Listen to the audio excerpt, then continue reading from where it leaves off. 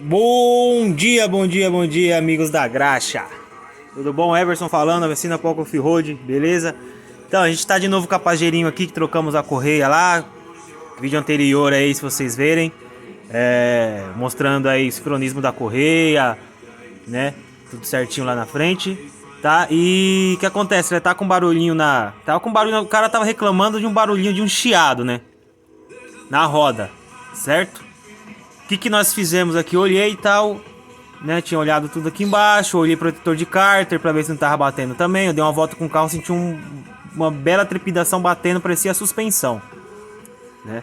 Então deitei, dei uma olhada legal, uma revisão geralzinha, vi protetor de cárter que às vezes fica parapeito também, né? Fica solto e tal.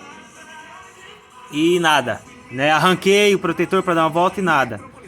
Aí o que a gente descobriu, né? Andando e pisava no freio, o barulho parava, certo? Aí nós viemos olhar aqui, essas travinhas aqui, ó.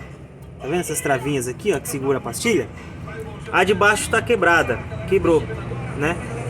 O que acontece? Quando ela quebra, aí acontece isso aqui, ó. Fica com folga, ó. Tá vendo? Dá pra escutar o barulhão aí, ó. Aí quando anda, fica assim, ó. Fica desse jeito. Na hora que pisa na pinça, obviamente ela vai parar, que vai travar. Tirou o pé do freio, barulhinho de novo. Fica esse barulhão aqui, ó. Quando tá andando, fica 2 vezes mais alto esse barulho aqui, ó. Tá muito alto. Então fica o toque-toque, parece que é a suspensão, parece amortecedor, bucha de bandeja que tá quebrada, tá?